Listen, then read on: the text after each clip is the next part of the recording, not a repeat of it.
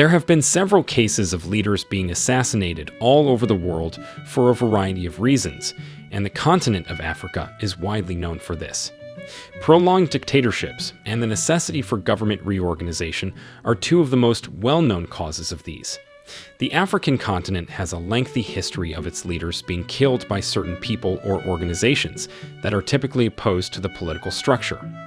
These individuals used a variety of strategies to oust their leaders, including coups, often known as military takeovers, and strategic assassinations in collaboration with past colonial masters to maintain their political, economic, and social interests. The assassination of some of these leaders resulted in many changes in the political, social, and economic frameworks of their respective nations and the African continent. This has had either positive or negative implications, and in most cases, the negative results are still visible today. In today's video, we'll go through 15 killed African leaders and the circumstances behind their deaths. We will also try to identify the people and groups who may have been involved in their murders. Without further ado, let's begin. 1. Patrice Emery Lumumba. Patrice Emery Lumumba was a Congolese politician and independence campaigner who served as the first Prime Minister of the Democratic Republic of the Congo from June to September 1960. From June to December 1960, Patrice Lumumba stood in his ranks as the radical figurehead of the Congolese movement fighting in the independence struggle opposing the Belgian colonial and imperial rule. Lumumba's most visible act of resistance was his complete opposition to the Belgian authorities when they revealed the program that was meant to take Congo to independence, beginning with local elections on December 19, 1959. Lumumba saw this scheme as having an underlying aim of establishing pliant puppets before independence. As a result, Lumumba called for a boycott of the elections. His actions prompted the Belgian authorities to retaliate with persecution. On October 20th, it provoked a clash that killed 30 people in Stanleyville.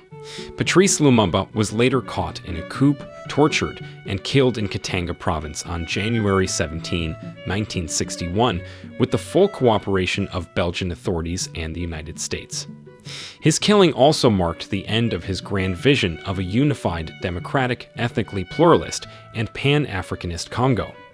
Lumumba remains one of the heroes of 20th century African freedom decades after his assassination. 2. Thomas Sankara. Thomas Isidore Noel Sankara was a Burkinabe military commander, Marxist revolutionary, and Pan-Africanist who led Burkina Faso from its coup in 1983 until his deposition and assassination in 1987. Known as the Che Guevara of Africa, he bears the mark of being an iconic vessel with high standards and ethical values in the history of African leaders. Despite his brief presidency, Sankara had an indelible influence on the history and prosperity of his country. He was an ardent Marxist who fought for his country's independence from France and other Western countries, while also attempting to develop true Pan-African unity. As he ascended through the ranks, he utilized his positions to rally people for change and to oppose the power of the old, corrupt elites. Sankara and his colleagues adopted economic and social reforms that changed the country's reliance on foreign aid towards a larger use of domestic resources to construct schools, health centers, and public works. Although Sankara's broad vision and effective changes garnered him friends in Burkina Faso and beyond Africa, his killing in 1987 was the result of a mix of internal and external opposition and divisions within his administration and army. 3. Samuel Doe. From 1980 through 1990, Samuel Canyon Doe, an army officer and master surgeon, was the unelected president of Liberia. Doe, known for his human rights crimes, took control of Liberia in a brutal coup on April 1980. Throughout his term, Doe was both revered and despised in his own nation. Doe's actions sparked a resistance movement that eventually destroyed his administration, allowing him to extend his authority by violently suppressing all kinds of criticism. Samuel Doe was born in Tuzan, Grand Geta County, Liberia, on May 6, 1951. Coming from poor beginnings, he entered the Liberian army at the age of 18, finishing his military training at the Communications School at the Ministry of Defense in Monrovia in 1971. Doe, who had shown exceptional leadership ability, was chosen in 1979 to be trained by U.S. Special Forces in Liberia, and within a year was promoted to Master Sergeant. Doe, along with 17 other troops, took control of Liberia in a coup on April 12, 1980. His soldiers executed President William Tolbert Jr. as well as 30 other guards and employees during the coup. Doe also publicly killed 13 of Tolbert's ministers on Monrovia Beach. He always questioned, imprisoned, and executed journalists who revealed his heavy-handed tactics, censoring all media that challenged his regime. An opposition movement began to emerge after fraudulent elections kept Doe in power in 1985. Charles Taylor, the future president of Liberia, commanded one of the factions, the National Patriotic Front. Toward the end of his 10-year tenure, both Liberians and the world community unanimously condemned Doe as a tyrant. Doe lacked the resources to fight since help from the United States had been stopped. Doe's 60-man troop was caught by a notable opposition group led by Yormie Johnson on September 9, 1990, as they attempted to depart the country. Samuel Doe was executed the next day, on September 10, 1990. 4. Muhammad Anwar El-Sadat. From October 15, 1907 until October 15, 1908, Muhammad Anwar El-Sadat was Egypt's third president. Sadat's ascension to power was preceded by the Egyptian Revolution of 1952, which was led by a group of 3 officers, the senior of whom was Sadat. King Farouk was deposed during this revolution. Among the several leaders that led Egypt until the time of President Sadat, he was the only one who recognized the State of Israel from its inception in 1948. Under President Sadat's guidance, Egypt and Israel signed the Camp David Accords in 1907, laying the groundwork for Middle Eastern peace. This measure established a definite threshold of restriction on the part of the Palestinian authorities. In 1979, President Sadat oversaw the signing of a historic interstate peace pact between Israel and Egypt. Several Arab countries condemned Egypt for establishing a separate pact with Israel and proceeded to isolate Egypt from business and diplomatic matters. The circumstances surrounding Sadat's killing suggest an aerial presentation of the military parade in Cairo, which included the sitting of President Sadat and other foreign officials. During the event, armed governors leaped out of a military van near the viewing area and charged toward people, smashing officials with automatic weapons. Despite the heavy security at the event, the rebels got their way with more violence as they discharged their weapons at President Sadat in a well-planned intelligence action. By the time the presidential troops and guards opened fire again, numerous dignitaries and other diplomats, including the Cuban ambassador, who had come to see the event, had been hit. Several individuals were injured, and some U.S. troops were killed. President Sadat, despite the commotion, was able to be hoisted by the assistance helicopter and transferred to a military medical center where he died. Following President Sadat's assassination, almost 700 people were apprehended. 25 of them were subjected to a secret trial. 5 of them were hanged, and 17 others were sentenced to hard labor in jail. 5. Laurent Désiré Kabila. Laurent Désiré Kabila, sometimes known as Laurent Kabila, was born in 1939 and was killed on January 16, 2001. Beginning in May 1997, he led a revolt against Zaire's president, Mobutu Sese Seko. Following the insurgency, he became president of Zaire and renamed the country the Democratic Republic of the Congo. Laurent Désiré Kabila was born in 1939 in Jeddaville, Katanga, a province of the Belgian Congo. Kabila became a leader in political movements affiliated with Patrice Lumumba, the first prime minister of independent Congo, when he was 21 years old. General Mobutu Sese Seko removed Lumumba in 1961, and the Congolese government killed him on January 17, 1961.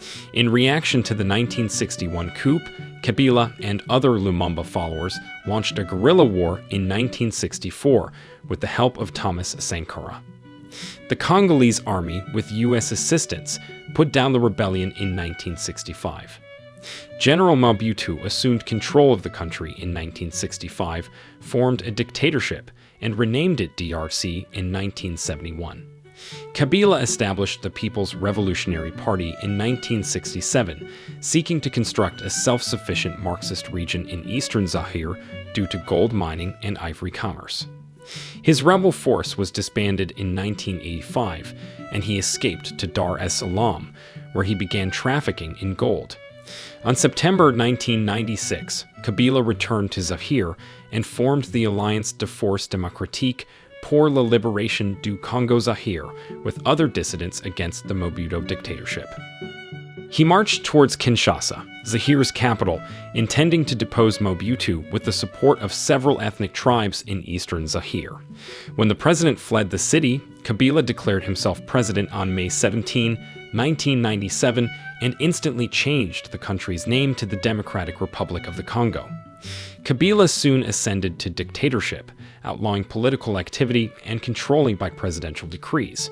On August 1998, some of the eastern Zaire groups that had helped Kabila gain power began a rebellion against his government, accusing him of numerous human rights violations, including large-scale massacres of civilians and the president's apparent favoritism toward his ethnic group for political positions. President Laurent Désiré Kabila was shot on January 16, 2001, at the presidential palace in Kinshasa by a bodyguard. Officials in the Congo declared his death 2 days later. Joseph Kabila, his son, was elected as the new leader of the Congo. 6. William Richard Tolbert Jr. William Richard Tolbert Jr.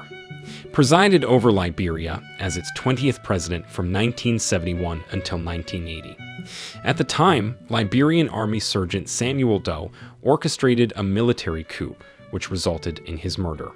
Before campaigning for the only recognized political party in Liberia, the True Whig Party, in the House of Representatives in 1943, Tolbert received his education as a civil servant. 9 years later, in 1952, President William Tubman selected Tolbert to serve as his vice president. He retained that position until Tubman's passing in 1971, at which point he took over as president. Tolbert was born on May 13, 1913, in Bensonville, Montserrado County, Liberia, the grandson of a former American slave from Charleston, South Carolina, who immigrated to Liberia during the 1878 Liberian Exodus.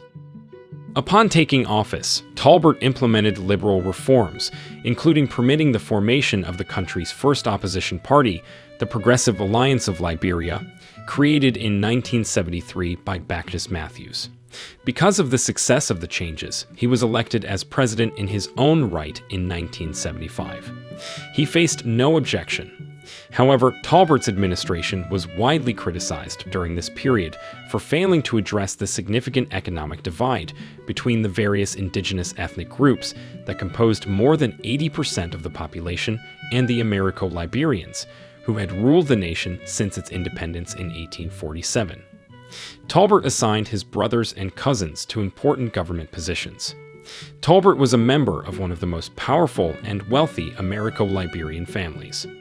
Tolbert renounced Tubman's pro-Western foreign policy and created diplomatic relations with the Soviet Union, the People's Republic of China, Cuba, and numerous other nations in the Eastern Bloc. From July 1979 until his assassination on April 1980, Tolbert was the head of the Organization of African Unity. On April 12, 1980, 17 pro-officers and soldiers of the Liberian Armed Forces, directed by Master Sergeant Samuel Doe, staged a coup against the Tolbert administration. The mob raided the president's office and assassinated Tolbert, whose body was buried among other coup victims in a mass grave. The entirety of Tolbert's cabinet members were arrested and executed on April 22nd.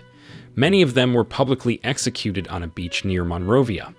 Only 4 of Tolbert's cabinet members, including future President Ellen Johnson, survived the coup. Immediately following the coup, Samuel Doe governed Liberia until he was deposed in a civil war that concluded in 1990. 7. Sylvanus Olympio. Togo's first president, Sylvanus Olympio, also served as prime minister. On September 6, 1902, he was born in Lomé, Togoland, which was then a German colony. Olympio obtained his early education in Togoland. After Germany's defeat in World War I, France administered Togo as a trusteeship. Olympio was permitted to attend the London School of Economics, where he got a degree in commerce. Before returning to Togo, where he worked for the United Africa Company, he became fluent in various languages, including German, English, French, Portuguese, and Yoruba.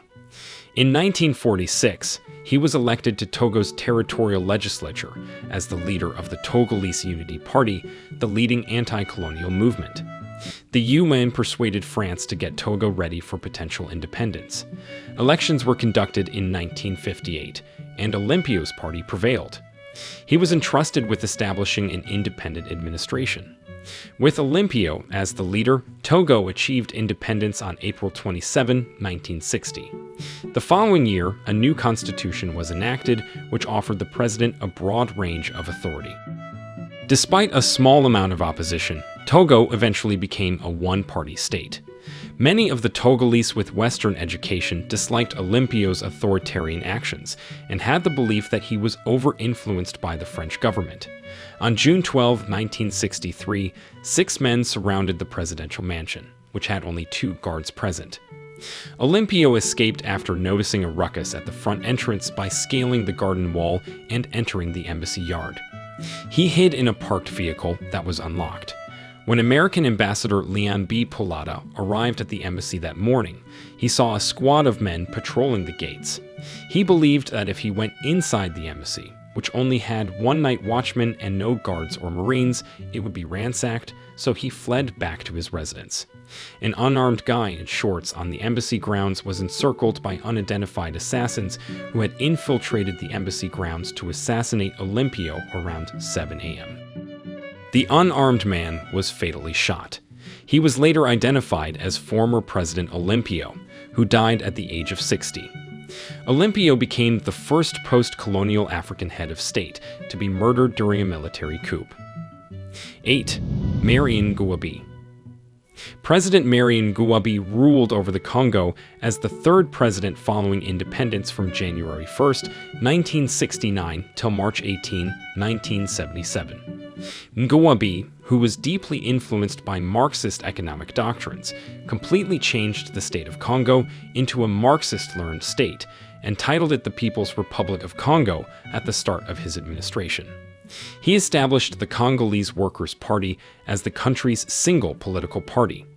Ngouabi's leadership style mirrored the Jacobinism system of government.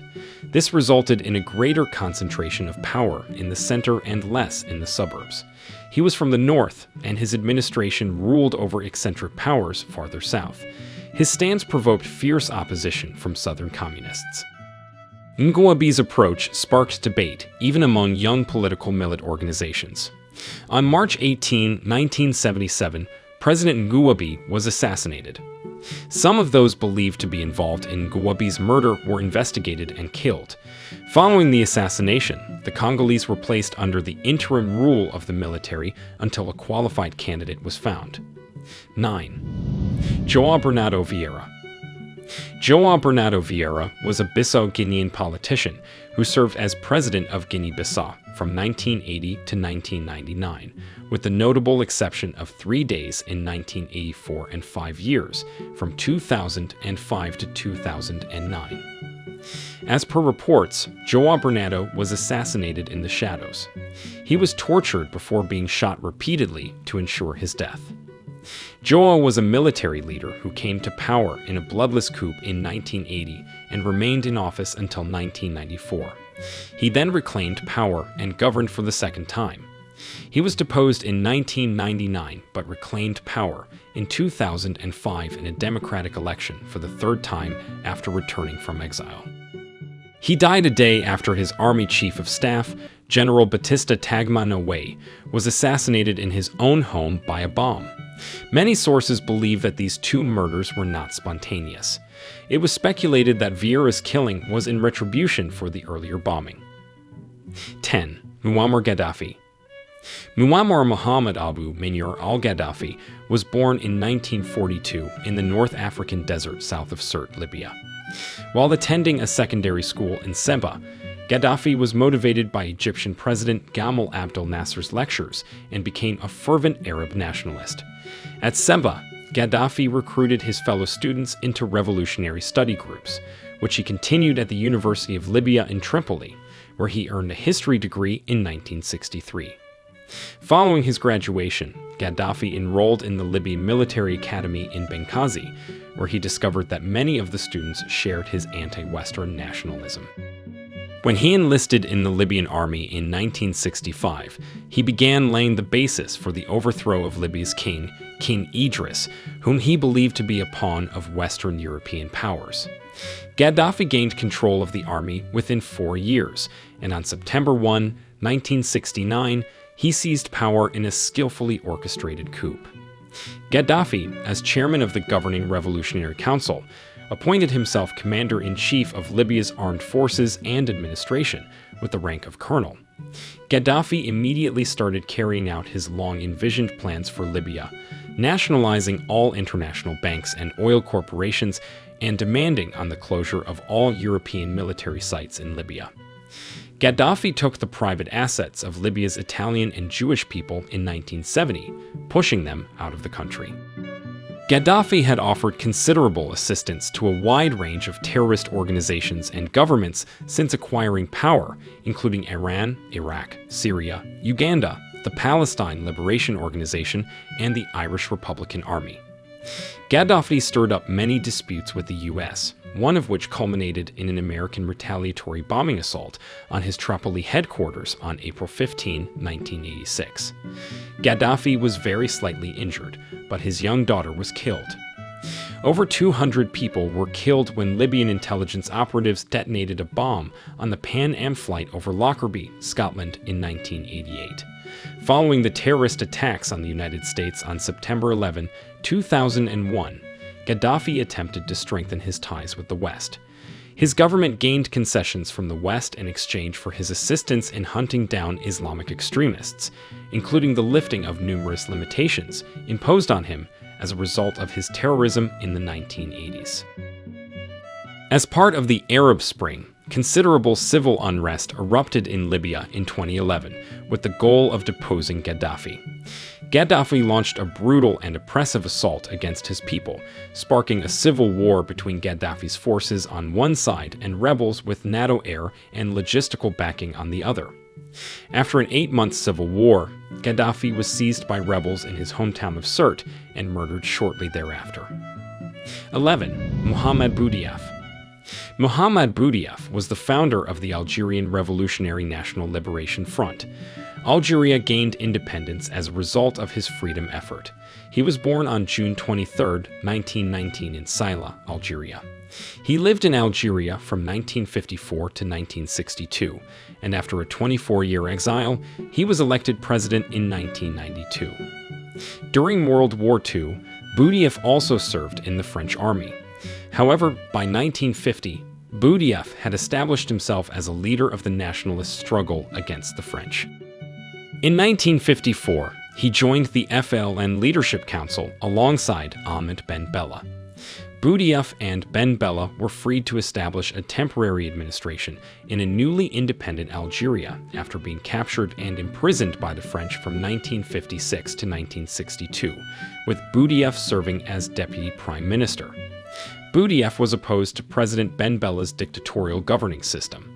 Threats against him drove him into exile in Morocco in 1964, where he continued to criticize the increasingly corrupt FLN on January 19, 1992. With the Islamic fundamentalists poised to win legislative elections, he was invited to return as the chairman of a military-backed state council. Despite appearing to have earned support for his stated reforms, he was assassinated while making a speech. The shooting was allegedly carried out by one of his bodyguards. Several sources also suggest that the French government was involved in his killing. 12. General Ibrahim Mainassara. General Ibrahim Mainassara was a Niger military officer and diplomat who ruled Niger until his assassination during the military coup of April 1999. Ibrahim seized power through a military coup that saw him remove the first democratically elected president of Niger, Mohamed Ousmane. He was assassinated on April 9, 1999 by his own military convoy while attempting to flee the country through the N'Djamena airport. His assassination was a result of being dissident in his post and denied resigning, despite being called to do so severally. He had the country in so much debt that several government workers went months unpaid, and as such, it led to his assassination. The then Prime Minister Ibrahim Hassan Mayaki said the death was the result of an unfortunate accident. 13. General Murtala Muhammed. Under Nigeria's military government, General Murtala Muhammed was the head of state and top commander of the armed forces. On February 13, 1976, he was killed in Lagos, Nigeria, during an attempted coup. Lieutenant Colonel Buka Sukadimka stopped General Murtala Muhammed's vehicle and murdered him. Lieutenant Buka Sukadimka, wrapped in his deception that the coup had succeeded, went straight to the Nigerian broadcasting channel to declare the successful assassination and equally clarify the cause. To his great dismay, he was almost apprehended before he could begin the second section of his address. Buka Sukadimka managed to flee. Unfortunately, karma caught up with him on May 15, 1976, and he was publicly killed alongside his companions. Others, like General Olusegun Obasanjo and Yakubu Danjuma, who left their homes later, were also targeted for assassination, but escaped. This might be attributed to the radio broadcast of the assassination, as well as the fact that they did not leave their separate offices as early as Murtala. 14. Juvenal Habyarimana. On April 6, 1994, a Dassault Falcon jet was shot down as it approached Kigali International Airport for a layover on its way to Bujumbura, Burundi. Rwandan President Juvenal Habyarimana and Burundian President Cyprien Ntaryamira were on board. Juvenal's assassination aggravated already heightened Hutu-Tutsi tensions in a nation where tribal identification and allegiance meant everything and might decide one's survival chances. During the Rwandan genocide of 1994, almost 1 million Tutsis and Hutus were killed within 4 months. In Rwanda, Juvenal's death is still a source of contention. The official story goes that the jet was shot down by Hutu extremists looking for a reason to kill Tutsis. Another version claims that Tutsi fighters were commanded or instructed by Paul Kagame, the current president in charge. Habyarimana was a Hutu who ruled from 1973 to 1994. 15. Melchior Ndadaye. Melchior Ndadaye was a notable figure in the history of the country of Burundi. He was a Burundian scholar as well as a Hutu political party politician. He was the first democratically elected president of Burundi at the age of 40. Having grown up watching the brutal ethnic conflicts of 1972, Ndadaye got enthusiastic about eradicating Burundi's current ethnic divide between Tutsis and Hutus.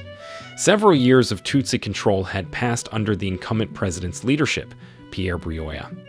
The remainder of the Hutu political groups had come together to endorse Melchior Ndadaye, a Hutu, as Burundi's president against Pierre Buyoya. Every year on October 21st, Burundi commemorates the killing of Ndadaye. This culture is based on the account of Ndadaye's assassination in 1993, which recounts that following his accession of office, Ndadaye the Hutu appointed Tutsis to prominent government posts, including the post of Prime Minister.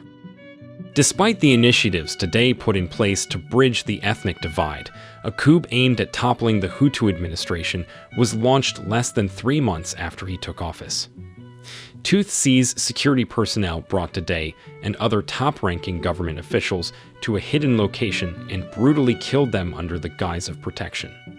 This coup, however, was a catastrophic failure, but it saw one of the most terrible occurrences in Burundi, as the president's death generated widespread resentment across the country. The radio and other forms of mass media fueled the flame. Soon after, vengeance erupted, and an estimated 1 million Hutu and Tutsis Burundians were killed. We have come to the end of today's video. If you enjoyed this video, please leave a like and also let us know your thoughts in the comments section below. Don't forget to subscribe to get more of such content from us. Thanks for watching and see you in our next video.